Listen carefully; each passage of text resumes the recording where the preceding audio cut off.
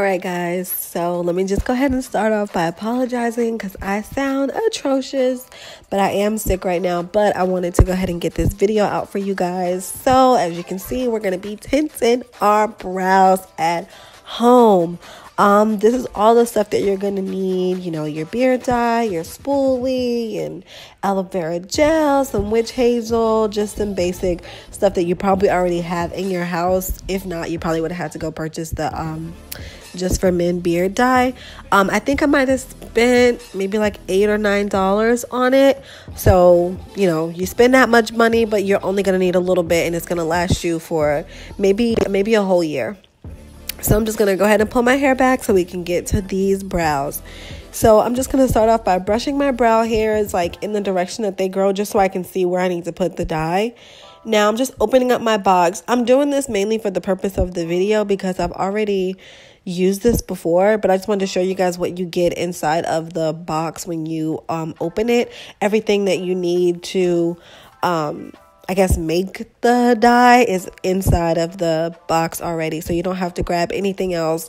You have your developer, you have your base, you have your like this little brush mixer thing. I guess if you were putting it on like a beard or mustache, it would be perfect, but for your brows, not so much. But I'm just gonna put like one little dot of the dye, one little dot of the developer into the tray that it gives. Now you could use the little spatula mixy thing that it comes with, but I'm just going to go ahead and use my angled brush just to mix the two together. And you can see it's not a lot of product, but honestly, like, I didn't have to make anything else. I didn't have to add anything else. Like, that was perfect.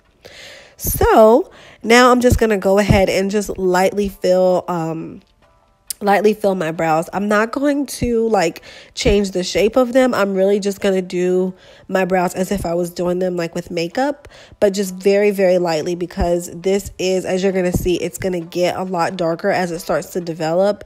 And I really take my time when I do this. Like my first 2 times of doing it, I made the mistake of trying to like give myself a brow shape, and it's like, girl, just fill your brows in how they naturally grow.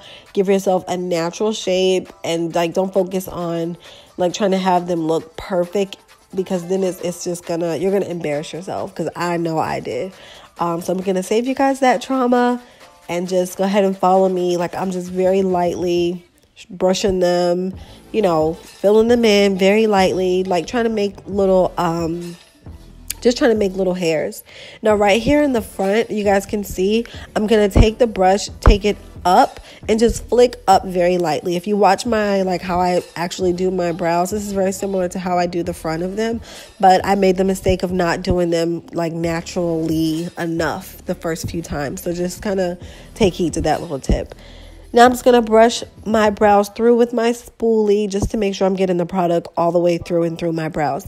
Now, this part is completely optional because I know some people don't like to tweeze or like wax their brows or anything like that at home. They prefer to like have it done by a professional, but me, because I'm a little cheap sometimes, I don't mind tweezing my brows at home by myself. I don't know, sometimes I just feel like I can get them to look a little bit better than like when I go get them professionally done. I don't know. I don't know. Sometimes I just feel like I can do them like a lot better. So I just spend my time tweezing the whole brow. And after about maybe 10 minutes, this is what I'm left with. So now I'm just going to take my aloe vera gel, and I just took a little bit, and I'm just going to rub that onto the brow. It's just going to help lift up the dye and the developer. It's going to help neutralize everything. But I'm really just going to try to work it into the brow just so I'm not like leaving excess brow product on. And then watch when I wipe it away, you guys. Look at that. Yes, the brow is slayed. Just to make sure I don't have any other product on my brow, I go back in with some witch hazel. You don't have to do this step. I just prefer to do it just so I'm making sure I don't have anything left on my slayed brow. So now I'm just going back through, cleaning it up just to make sure, like, if I missed some hair, if I need to, like, fix anything. But, guys, look at that. You can see the difference from one brow to the next already. So look at that pathetic brow before. Gross, pathetic. Ooh, sis, yes. Brow is looking snatched, honey. Yeah. So I'm really just, like, I'm loving this whole brow thing. I'm loving it. I started doing this maybe about a month or two ago, and I completely failed. I'm not even going to show you guys any pictures. I failed to the fullest. But ever since I started like doing my own little technique, I learned so much about how to just make this look really natural and make it last. But I hope you guys really enjoyed that video. Please stay tuned because I will have something else for you very soon.